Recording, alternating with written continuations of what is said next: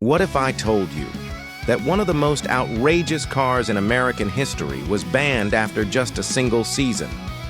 What if I told you that a machine built to shatter records on the track failed miserably on the street? And what if I told you some of these very cars, designed like jet fighters, ended up abandoned, stripped, or even used by moonshine runners in the dead of night? This is not just a car.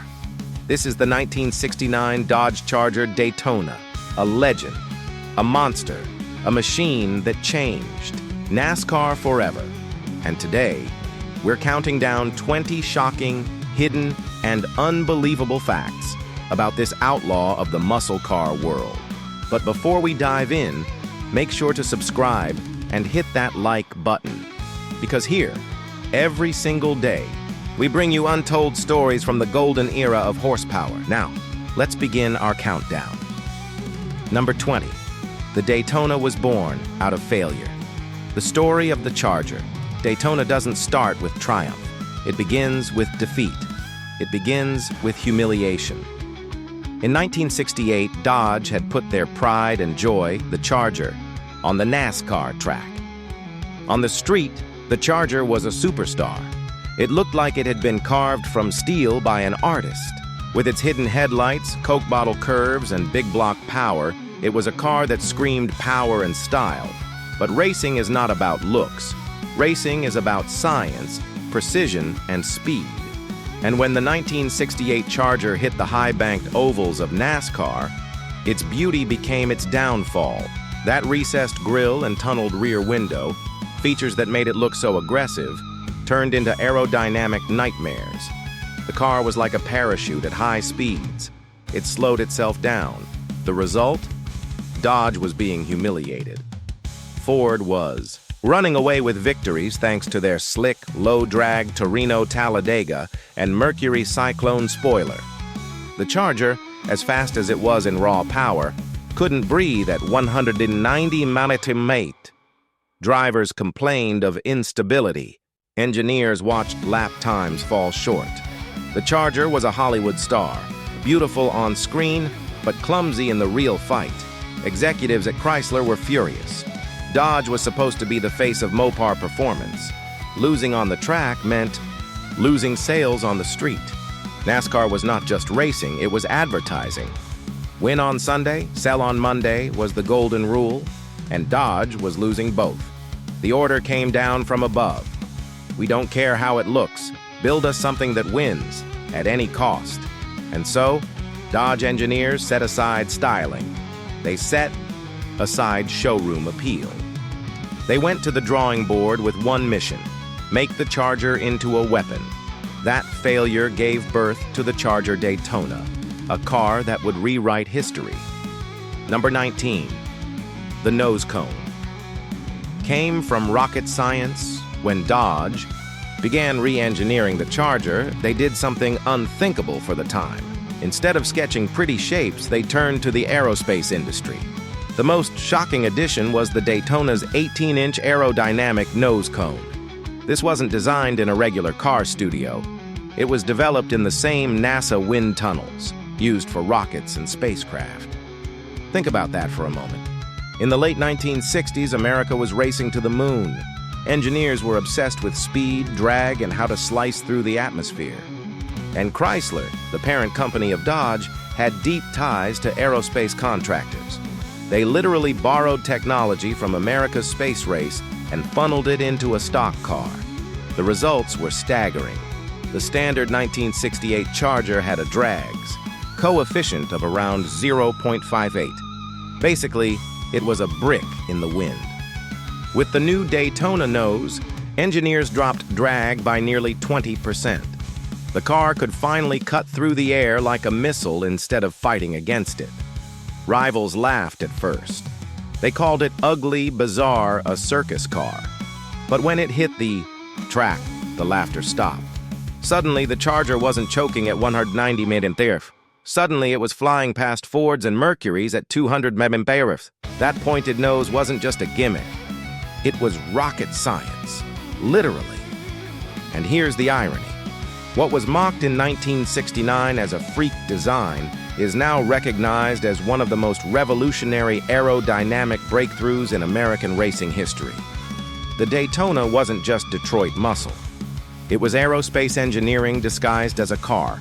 Number 18. The wing was taller than the roof, for two reasons. When people first laid eyes on the Dodge Charger Daytona in 1969, they couldn't believe what they were seeing. The car didn't just look unusual, it looked ridiculous. And the biggest offender? That 23-inch rear wing. It towered over the car's roofline, making the Daytona look like something from a Hot Wheels toy set. Jokes spread quickly. Some called it a shopping cart. Handle. Others said it looked like a car wearing a giant spoiler from a cartoon. But as outrageous as it looked, every inch of that wing had a purpose.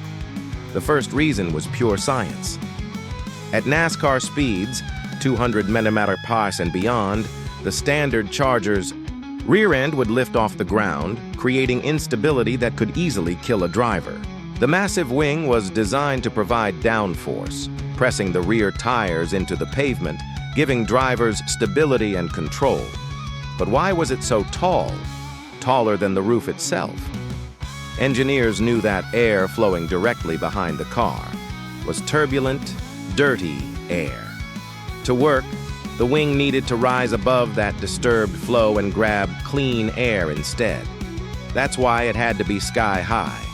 And here's the second reason, one that's almost comical in its practicality. Chrysler engineers realized that if they mounted the wing lower, it would block the trunk lid. NASCAR required cars to remain somewhat usable as production models, so the trunk had to open. By raising the wing up on those tall struts, they solved the problem. The trunk opened freely beneath it. So yes, that massive cartoonish spoiler was designed not only to dominate Daytona Speedway, but also to let you load your groceries. The result was a feature that became iconic. At the time, it was mocked. Today, it's celebrated. That towering wing is now one of the most recognizable symbols of American motorsports. And the irony, the very thing that made people laugh in 1969 is now what makes the Daytona worth millions. Number 17. On the streets, it was a sales disaster. On the racetrack, the Daytona was a terror. It blew past competitors, shattered records, and forced NASCAR to rewrite its rule book. But on the street, it was a laughingstock. Here's the paradox of the Charger Daytona. While it was a masterpiece of engineering, it was a nightmare to sell. In 1969, Dodge built just over 500 Daytonas to meet NASCAR's homologation requirement. That meant these winged monsters weren't just race cars. They were sitting in dealerships, waiting for average buyers to take them home. But the average American family didn't want a spaceship in their driveway. Imagine being a young man walking into a Dodge dealership in late 1969. You had your eye on a regular Charger, sleek, stylish, powerful. Then the salesman points you to the Daytona. The nose is absurdly long, like a dart sticking out the front. The rear wing towers over the roof like a flagpole, and everyone on the street stares. Most buyers shook their heads. They didn't want to look like clowns driving to work or school. Some complained the cars were too hard to park. The nose was nearly 2 feet longer than a standard Charger. Others said the rear wing was embarrassing, attracting unwanted attention. Dealers grew desperate. Cars sat unsold for months. Some salesmen removed the wings and replaced the special nose cones just to disguise them as normal Chargers. Others offered heavy discounts. There are stories of brand new Daytonas being sold for less than sticker price, simply to move inventory. And here's the most shocking part. One dealership in the South reportedly offered a free shotgun with the purchase of a Daytona, just to sweeten the deal for skeptical buyers. In 1969, customers laughed at it. In 1970, dealers were stuck with them. But today, the same car that no one wanted can bring upwards of $1 million at auction. The Charger Daytona went from showroom poison to collector royalty. Back then, it was the ugly duckling nobody wanted. Today, it's the swan every collector dreams of owning. Number 16. the Daytona's secret connection to moonshine runners. When most people think of the 1969 Dodge Charger Daytona, they picture NASCAR tracks, checkered flags, and record speeds. But deep in the American South, far from the roar of packed grandstands, another story was being whispered. A story that ties the Daytona not to the glory of the racetrack, but to the shadows of the back roads. Moonshine running had been part of Southern car culture since the 1930s. Outlaw drivers would haul illegal liquor through winding Appalachian roads, outrunning local sheriffs in modified cars that were faster and tougher than anything the law had. In fact, moonshine running was the birthplace of NASCAR itself. By the late 1960s, moonshiners were still at it, and when word spread of a car that could slice through the wind and hit speeds no police cruiser could touch, some runners took notice. The Daytona was perfect for the job. Its Hemi engine delivered raw, unrelenting power. Its nose cone and giant wing kept it stable at high speed. And on long, straight stretches of highway, it could simply disappear into the night, leaving flashing blue lights far behind. Imagine the scene. A midnight run. A Dodge Charger Daytona rumbling to life behind a wooden barn. The trunk loaded with jars of white lightning. The driver knowing that if the law appeared, he had something no sheriff's Plymouth Fury could match. A car that could glide at 160 miles per hour without breaking a sweat. The stories are mostly rumors. Whispers of Daytonas blasting down dark country roads, vanishing into the fog with sheriffs left cursing in the dust. But given NASCAR's roots in moonshine, running, it almost seems poetic. The very car that terrified officials at the racetrack also became a legend in the outlaw culture that had started the sport in the first place. The Daytona wasn't just a race car. It was, for some, the ultimate getaway car. Number 15, the first NASCAR to break 200, MPH, March 24, 1970. The stage was set at Talladega Superspeedway, a brand new, ultra-fast track carved into the Alabama countryside. Drivers and fans alike were nervous. The speeds here were already pushing the limits of what stock cars could do. But on this day, history would be rewritten.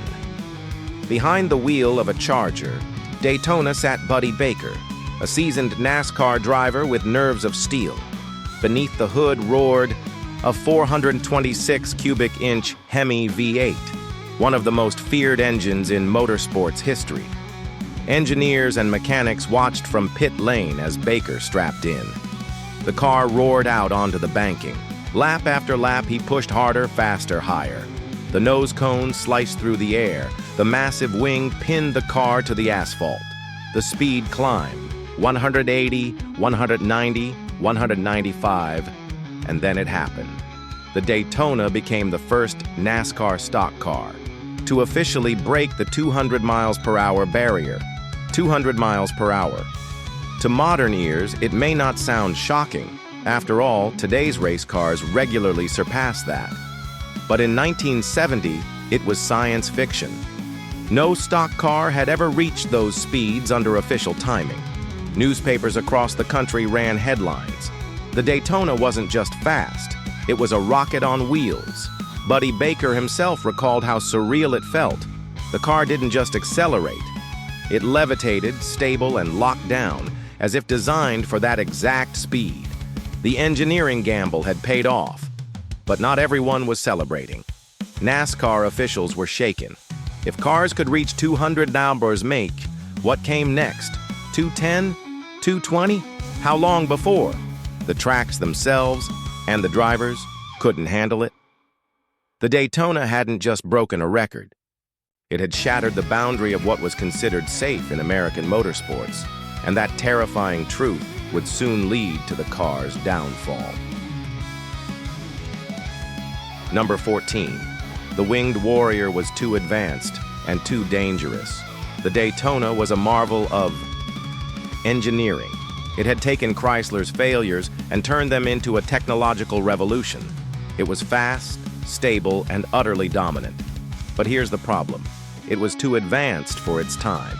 At 200 miles per hour, the Daytona was in uncharted territory. NASCAR tracks of the late 1960s were never designed for cars at those speeds. The drivers weren't prepared for it either. Stock cars had always been about muscle and grit, not aerospace-grade precision. When the Daytona arrived, it felt like a fighter jet had just landed in the middle of a small-town airstrip. The other cars were obsolete overnight, and with speed came danger. Even though the Daytona's aerodynamics made it more stable than earlier Chargers, the sheer velocity meant that when crashes did happen, they were devastating. Cars tumbled, rolled, and disintegrated at speeds no one had ever seen before. Competitors complained the Daytona had created a battlefield that was unsafe. Officials whispered that the car might get someone killed. Some races became spectacles of chaos. Drivers unable to keep up, engines exploding under the strain, fans watching in disbelief as the new winged monsters turned NASCAR into something entirely new and terrifying. It wasn't just dominance, it was a revolution so extreme that it felt unfair, even unnatural. As one NASCAR insider said at the time, "These aren't stock cars anymore. These are missiles." The Daytona wasn't just a warrior, it was a weapon. And NASCAR realized weapons can't stay on the battlefield forever. Number 13. Dealers couldn't give them away. Now let's step away from the racetrack and return to America's car dealerships in 1969 and 1970. Imagine walking into a Dodge showroom back then. In one corner sat sleek Chargers, stylish Challengers, and even the wild Plymouth Roadrunner, a muscle car cartoon come to life. And then there was the Daytona. It didn't just stand out, it looked alien. The pointed fiberglass nose stretched almost 2 feet longer than a standard Charger. The rear wing loomed so high it nearly blocked the dealership windows. It was a machine that shouted, "I belong at 200 miles per hour." But nobody wanted that in their driveway. Buyers laughed at it. Some asked if it was a joke. Others said it looked ugly, impractical, even embarrassing. Who wanted to show up to work in a car that looked like it belonged on a racetrack? But Dodge was stuck. NASCAR's rules required that 500 Daytonas be sold to the public for the car to remain legal on the track. The cars were built. They had to be sold. Dealers grew desperate. Some tried lowering prices. Some pulled off the wings and swapped out the nose cones, disguising Daytonas as regular Chargers just to move them off the lot. One dealership in Alabama even ran a wild promotion. Buy a Daytona, get a free shotgun. Yes, a free firearm with your purchase, just to convince reluctant buyers to take home the world's fastest car. It still wasn't enough. The cars sat and sat and sat. For many dealers, they were nothing but showroom poison. Nobody wanted them. The ultimate irony? Today, those very Daytonas that nobody would touch are now fetching anywhere from $400,000 to over $1 million at auction. The Daytona went from the car nobody wanted to the car everybody dreams of owning. Back then, it was a failure. Today, it's a crown jewel. Number 12. Rare paint codes that shock collectors. Today, when most people picture the 1969 Dodge Charger Daytona, they imagine it in blazing high impact. Colors Hemi orange, R4 bright red, Go mango orange, or maybe that eye-searing banana yellow. These cars were meant to be loud, bold, impossible to ignore. But here's the shocking truth. A handful of Daytonas rolled off the line wearing colors so unusual, so understated, that even hardcore Mopar fans sometimes can't believe they were real. Some Daytonas left the factory in F8 dark green metallic, a deep forest-like green that made the car look almost subtle despite its giant wing. A few were painted in Q5 bright turquoise metallic, shimmering like a jewel in the sun. Others were finished in plain white or even soft beige-like tones that looked more at home on a family sedan than a 200 mph Outlaw. At the time, many buyers didn't care. In fact, some owners who ended up with a Daytona in one of these unflashy colors repainted them almost immediately to something louder. They wanted the winged warrior to look the part, to scream muscle and speed. But decades later, collectors began to realize how rare these oddball colors were.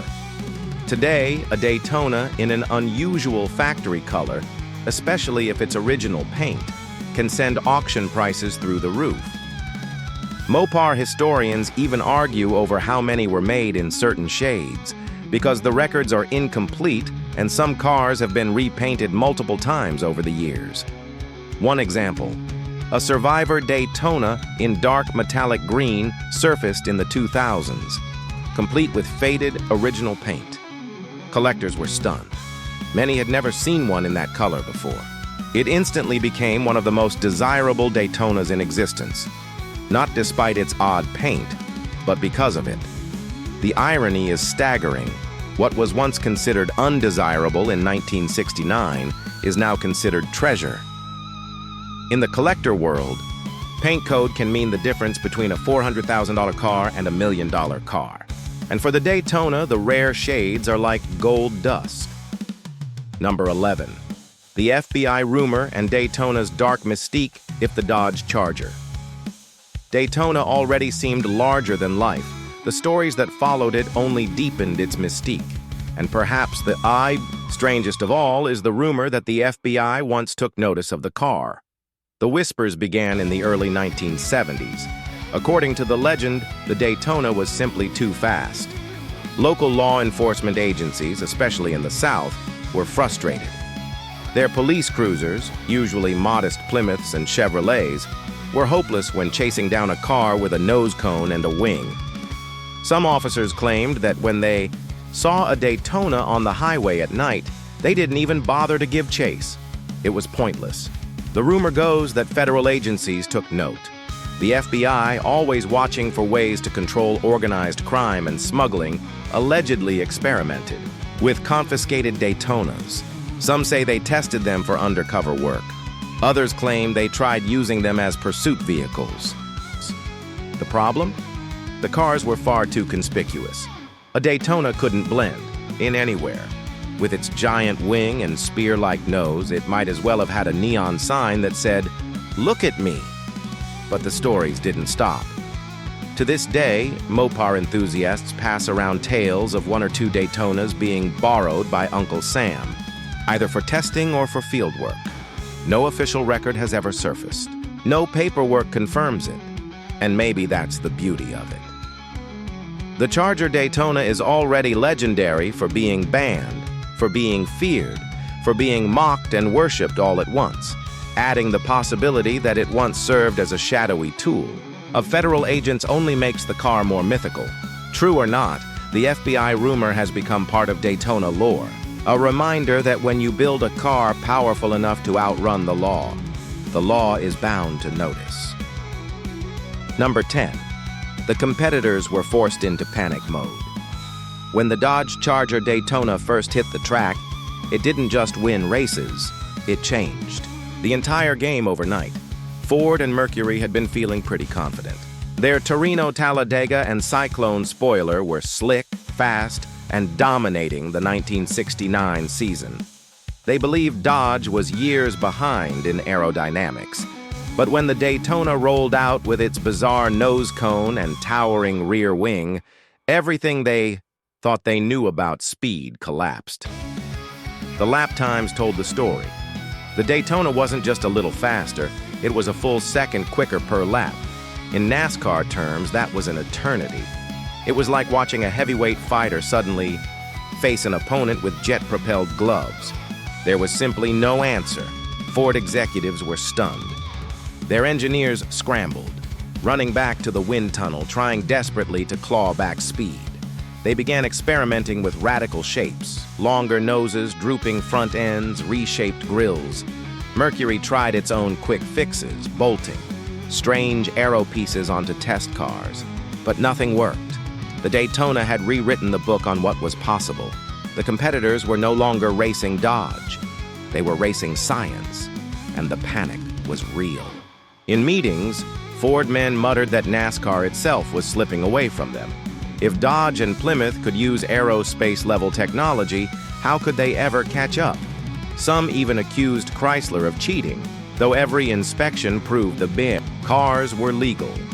In reality, Chrysler hadn't cheated. They had just thought bigger, braver, and crazier. They'd gambled on a car so wild that it embarrassed the competition, and that panic would soon spread beyond Ford and Mercury into the offices of NASCAR itself. Number 9.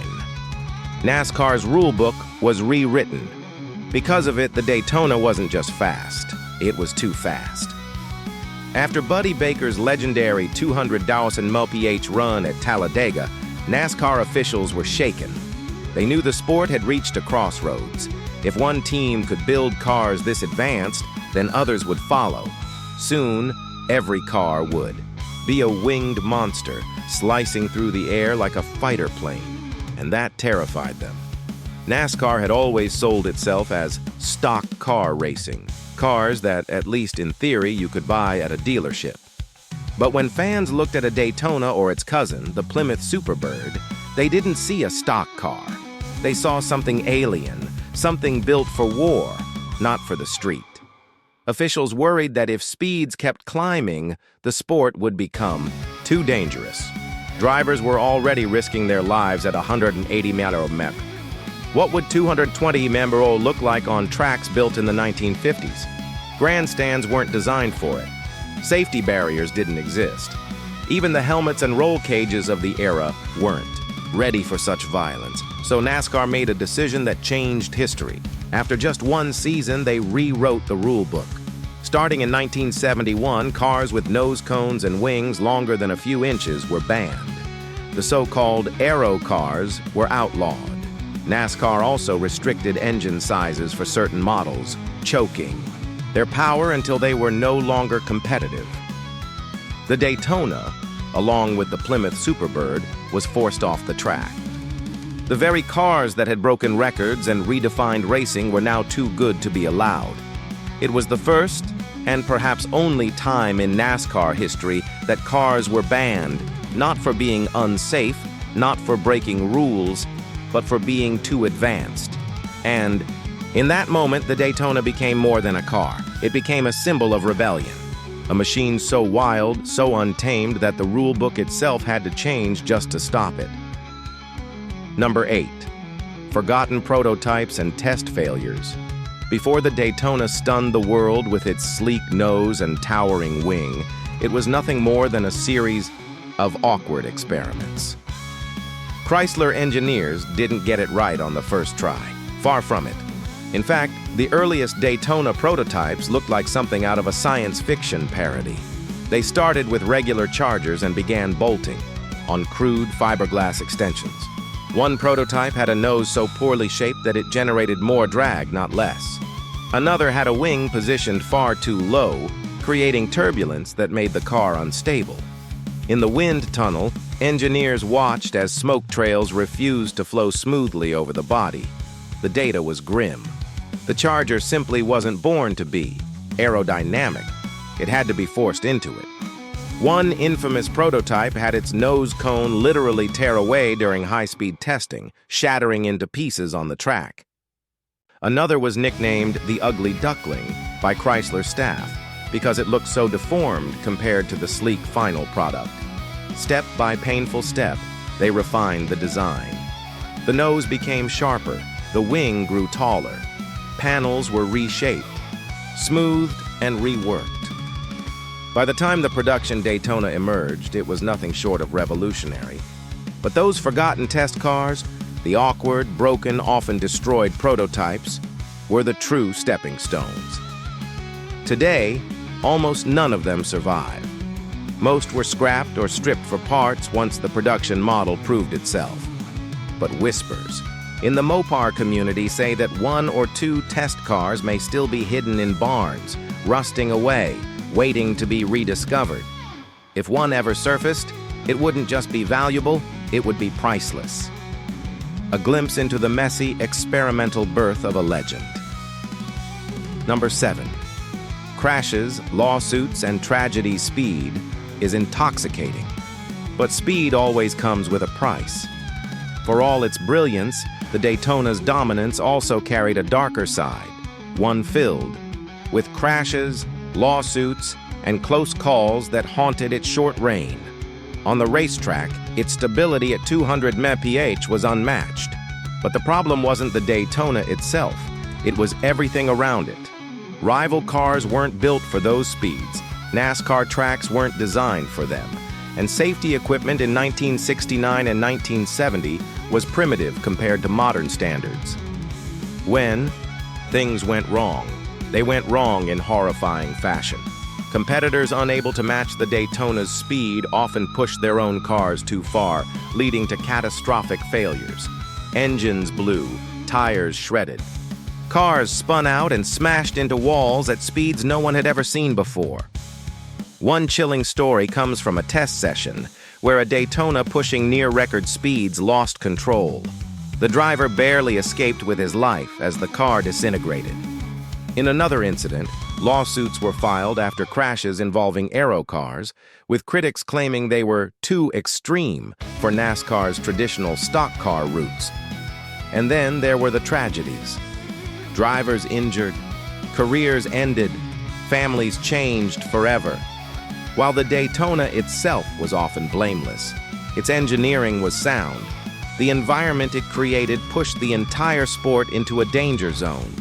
It was like dropping a shark into a pond of minnows. The ecosystem couldn't handle it. The Daytona was a hero to Mopar fans, but to others, it was a villain. A machine that had taken the sport too far, too fast. It proved that chasing glory at 200 mph always comes with shadows. And those shadows would play a role in why NASCAR chose to ban it. Number 6. Famous owners and forgotten celebrities. The Charger. Daytona may have been mocked by ordinary buyers in 1969, but it still managed to attract a different kind of audience. The bold, the daring, and the famous. Celebrities who wanted to stand out were drawn to its outrageous looks. Imagine rolling up to a red carpet event in a car with a 23-inch spoiler and a nose cone that looked like it belonged on a jet fighter. It was pure statement. Rumors swirl about country music stars in Nashville buying Daytonas just to show off in front of the Grand Ole Opry. Hollywood stuntmen are said to have tucked them away in garages, sneaking out at night to blast down Los Angeles freeways at triple-digit speeds. Professional athletes, men already addicted to competition, allegedly bought Daytonas to relive the rush of the racetrack on city streets. One Mopar historian tells the story of a Daytona that briefly belonged to a Hollywood stunt driver famous for choreographing car chases in blockbuster films. The legend goes that he used the Daytona not on set, but for private midnight runs against fellow stunt drivers, turning freeways into their personal racetracks. Another tale links a Daytona to a country singer who loved Mopars so much that he insisted on driving one to his shows, wing towering over parking lots filled with Cadillacs and Lincolns. But here's the tragedy. So many of those celebrity-owned Daytonas disappeared. Some were sold off quietly when the owners moved on to other toys. Others were wrecked in accidents. A few were left in storage, forgotten as fame faded. Today, if even one of those cars resurfaced with solid proof of its famous owner, it would be worth a fortune, perhaps even more than a Hemi Daytona. Provenance, after all, adds another layer of legend. The Daytona wasn't just a race car or a collector's prize. For a brief moment, it was a symbol of rebellion, something that caught the eye of stars who knew exactly what it meant to live.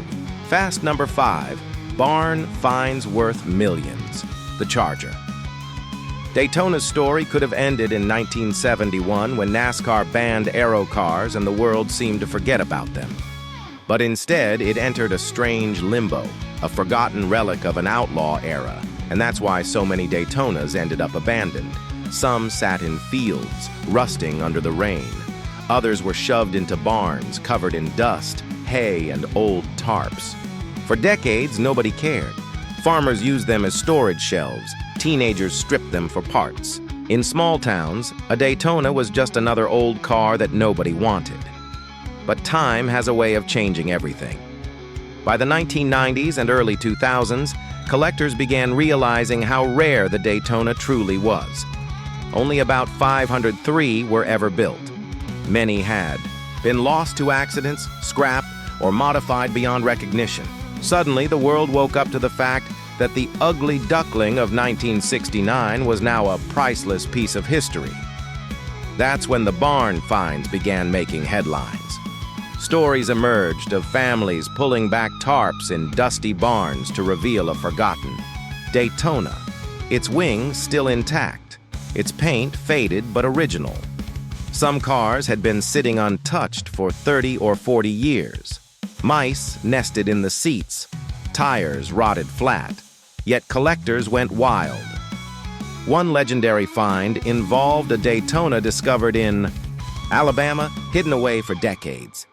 When word spread, Mopar fans treated it like buried treasure. Even in rough condition, the car sold for hundreds of thousands of dollars, more than enough to change a family's fortune. And here's the kicker. In some cases, these barn finds are worth more in their unrestored state than after a full restoration. Collectors prize originality above all. A Daytona with faded paint, worn interior, and untouched parts is considered a holy grail. Think about that. The same car once given away with discounts or even with a free shotgun can now be pulled from a barn and sold for the price of a mansion.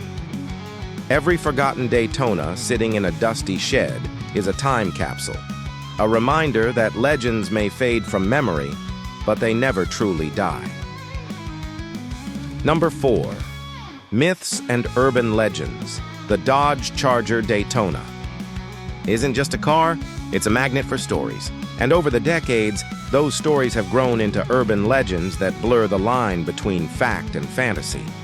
One tale insists that in the early 1970s, a privately owned Daytona was clocked at over 220 miles per hour on a deserted highway in the Midwest. Was it true? No official record exists, but the car was certainly capable of speeds well above 200, so the legend persists. Mopar fans debate it to this day. Another myth claims that the U.S. government secretly tested a Daytona as a high-speed pursuit car. Allegedly, it was confiscated from an outlaw and used in trial runs by federal agents. The problem? It was far too conspicuous. With its wing and nose cone, it stood out like a neon sign. Still, the story survives, whispered in Mopar circles. Like a campfire ghost tale, there are also the outlaw racing legends. Some say a Daytona was fitted with a hidden nitrous oxide system and dominated underground street races across the South in the 1970s. Others insist that mobsters used Daytonas to move cash or contraband across state lines, outrunning both police and rivals. And then there's the strangest of them all, the claim that a Daytona, heavily modified, secretly set a land speed record on a dry lake bed, far from public eyes. Was it possible? The Hemi engine, the aerodynamics, the stability, all the ingredients were there, but no proof ever surfaced. Are these myths true? Maybe not.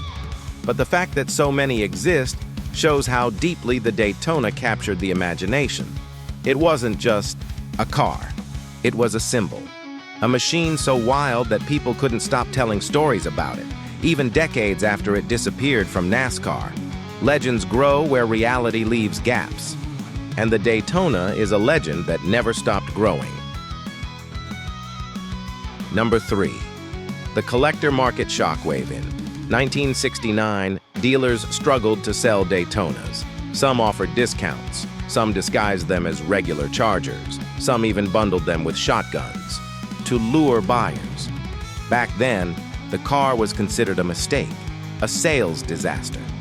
Fast forward to today, and the story is almost unbelievable.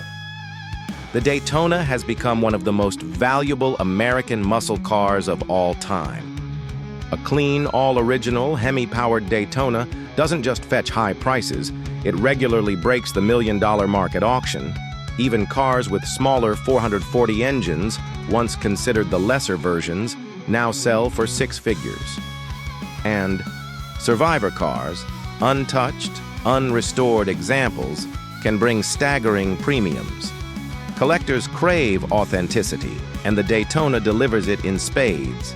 Every year, the prices climb higher. Mecum and Barrett-Jackson auctions see bidding wars erupt as millionaires fight over the chance to own one. Some collectors view the Daytona not just as a car, but as an investment, a piece of history that will only grow in value. The irony is painful and hilarious all at once. The same cars that once sat unsold on dealer lots, marked down and mocked, are now worth more than exotic Ferraris and Lamborghinis. The Daytona has gone from showroom embarrassment to auction superstar. And this shockwave in the collector market hasn't just changed the value of the Daytona, it's changed the way people view muscle cars as a whole. The Daytona proved that American performance machines could be more than just cheap thrills. They could be art. They could be treasure. From $5,000 in 1969 to $1,000 today. That's not just appreciation. That's resurrection. Number 2. Influence on modern racing, the Charger. Daytona didn't just dominate NASCAR in 1969. It changed the DNA of motorsports forever. Before the Daytona, stock car racing was still clinging to its roots. Cars were heavy, boxy, and only mildly aerodynamic. The idea was that what you saw on the track should resemble what you could buy at your local dealership. Style mattered more than science, but the Daytona shattered that illusion. It proved beyond any doubt that aerodynamics were everything. The 18-inch nose cone wasn't a gimmick. It was proof that reducing drag could unlock unimaginable speed. The 23-inch wing wasn't a joke. It was proof that downforce could keep a car stable at 200 mph. Chrysler had taken lessons from the space race and applied them to NASCAR, and in doing so, they forced every other manufacturer to rethink the way they built race cars. The ripple effect was massive. In NASCAR, the banning of aero cars didn't erase their influence. Instead, it pushed teams to find subtler, smarter ways to incorporate aerodynamics. Lower stances, smoother lines, better airflow. Every car that came after the Daytona bore its fingerprints. In other forms of racing, the lesson was the same. Formula One, IndyCar, and even Le Mans prototypes began treating wind tunnels as their temples, worshiping the gods of drag and downforce. Even modern supercars, from Ferraris to Bugattis, owe something to the Daytona. Look at any car with a wind tunnel-shaped nose and a giant wing on the back, and you can trace a direct line back to the wild experiment Dodge unleashed in 1969. The Charger Daytona didn't just win races. It rewrote the playbook. It showed the world that the future of racing and performance itself belonged not to brute force alone, but to the invisible science of the air. In short, the Daytona was never just ahead of its time. It created the future. Number 1. The legacy of the band Outlaw, and now we arrive at the final truth. The one that cements the Daytona as more than a car, more than a record breaker, more than an oddity in NASCAR's history. The Daytona's legacy is one of rebellion. It was born out of failure, a desperate attempt to save Dodge from humiliation. It was forged in the fires of innovation, borrowing from rocket science to build a machine that looked like no car before it. It rose to glory as the first NASCAR to break 200 mph, terrifying competitors and officials alike. And then, just as quickly, it was banished, outlawed for being too good. On the street, it was mocked, unsold, even laughed at. In barns, it was forgotten, gathering dust while the world moved on. But today it stands as one of the most legendary machines ever built, revered by collectors, worshipped by Mopar fans, and immortalized in the annals of racing history. The Daytona is more than steel and fiberglass. It is a reminder of a moment in time when engineers ignored fashion, ignored convention, and ignored the limits of imagination. They built a car not to look pretty, not to sell easily, but to win. It was a car too wild to survive, too advanced to be fair, too dangerous to continue. And yet, because of those very reasons, it became immortal. The outlaw car, the winged warrior, the monster that NASCAR had to kill just to save itself. In the end, the 1969 Dodge Charger Daytona is proof of one thing. Legends aren't always born from perfection. Sometimes they're born from failure, controversy, and rebellion. And though NASCAR tried to erase it, the legend only grew stronger. The Daytona wasn't just a car, it was a revolution, a weapon, a myth. And even now, more than 50 years later, the Daytona reminds us of a truth that no band can ever erase. In the world of muscle cars, legends never die.